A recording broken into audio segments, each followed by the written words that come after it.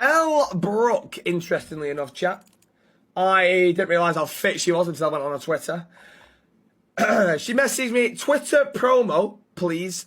Twitter promo prices, please. So that is her asking how much do I charge to promote someone on Twitter. I then responded, F all, I'm not promoting your muff, United. She then responded, haha, dick, wasn't my muff, thank you.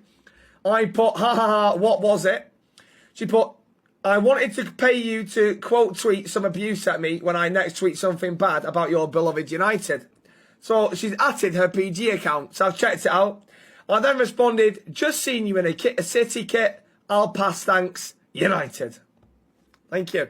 Listen, there's no amount of money that can make me ever promote a City fan. Never in a million years. Good job, my brother. We rocking with you. I know he ain't trying to, but ironically enough, he might have just accidentally promoted her. But I understand, though, that's the nature of content. There's going to be some collateral damage. And I respect his decision because I truly believe if you're an influencer, you have a duty to influence people to do the right thing. I like to smoke a little bit, but you'll never see me promote it. I like to drink a little bit, but you'll never see me promote it. The things that I do are my burden to carry, but I'm never going to promote degeneracy just so I can feel better about my degeneracy. So when I see some influencers promoting gambling, drinking, and OnlyFans just so they can make a little bit more money, I'm just like, you kind of selling out. Even if you indulge in it, you should never promote it because some people might not be able to carry those burdens the way you do. And you could influence somebody into ruining their lives, and to some degree, you should feel responsible for that. If I'm lying, I'm dying. Is finding out that your spouse sucked hundreds and hundreds of dicks before marriage, is that a big deal?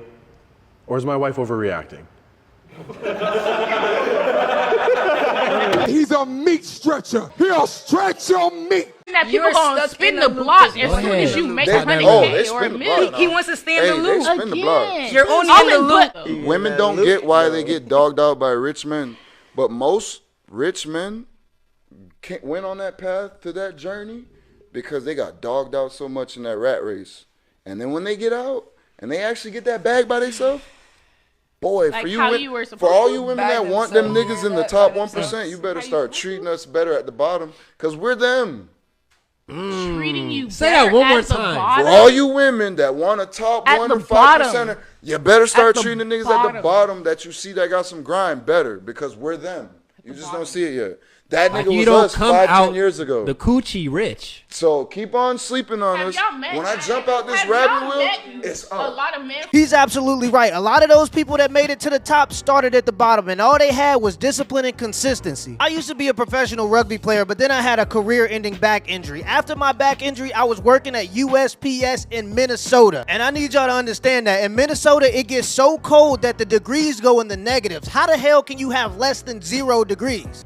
Do your homework. While I was delivering mail every day, I would listen to a 5-hour audiobook called The Richest Man in Babylon. And in that book, somebody said luck is just being prepared for the opportunity when it comes. While I was delivering mail, I was making podcast videos every single day for 6 months straight, getting 12 views, 15 views, 32 views, 102 views. It was one morning I didn't want to wake up. I had a day off and I didn't want to wake up, but I got up that day and I did it anyway. That video I made that morning did 35,000 views in the first 7 days, and that's how I got the traction that got this channel to where it is now. The same consistency and discipline I put into rugby is the same consistency and discipline I put into the podcast videos. And if you have those two things, even if you ain't successful at the thing you want to be successful at, you gonna be successful at something. You just gotta be ready when your day comes. Nah, I'm up now. Alexa, she on my dick because I'm up now.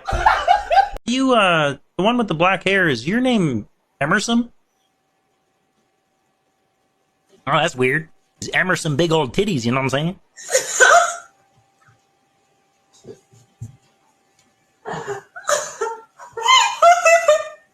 I don't know what it is, but Kermit been tripping lately. COVID-19 doesn't take you out, can I? Yeah, can you take me on a date? Hell yeah. Hell yeah. Why are we going on a date? I don't know, back to my place. You know what I'm saying? Stay at home if you're sick, come over if you're thick. You know what I'm saying? Hell yeah. Can we make Kermit babies? Hell yeah. Hell yeah. Anytime. As long as you can handle that. Packing. I dated this less than 1% guy. If he really genuinely looked at me and he was like, I don't feel comfortable with you going to Miami, honestly, maybe I wouldn't go to Miami. But if I was like, what? Let's say you're out at a club with your man and some dude fucking grabs your ass, takes your purse and runs off with it. What's more attractive? Him chasing that guy down, beating his ass and bringing it back for you? Or you having to tell him, babe, go chase after him. What are you doing? It's him acting. So why is that he has to tell you to not go to the fucking club? Because I don't think Hold on. Let that sink in. It's more attractive for the guy to just do what he's supposed to do, act like a protector, and go back and get your purse for you. You shouldn't have to tell him. So why is it that a man has to tell you to be a lady? I don't think everybody would care about us going to Miami. Like, Holy wait. So the truth of the matter is, if a dude has a lot of options, he ain't gonna take the time to teach you how to be a good woman. He's gonna put you into a category where he keeps you around to have sex with you, but he's never gonna take you serious. If a dude has fewer options, he might be a little bit more patient with you, but no dude is gonna be okay with you just going to Miami. That's unrealistic. Me personally, I wouldn't take this level of disrespect.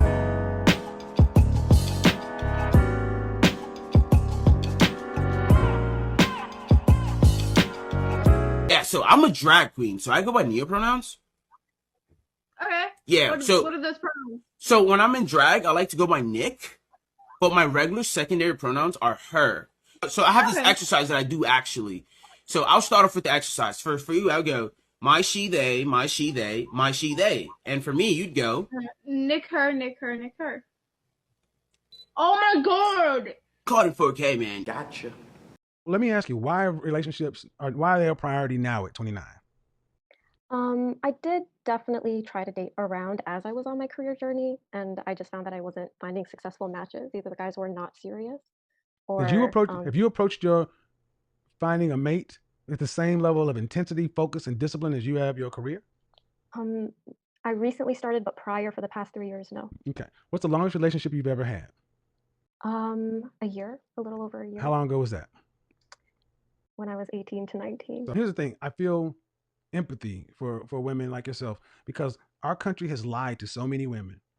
Get out there, get your degree, go work, enjoy your life, get your career, travel, do such and so forth. And then when you're ready to settle down, get married, as if it was that easy.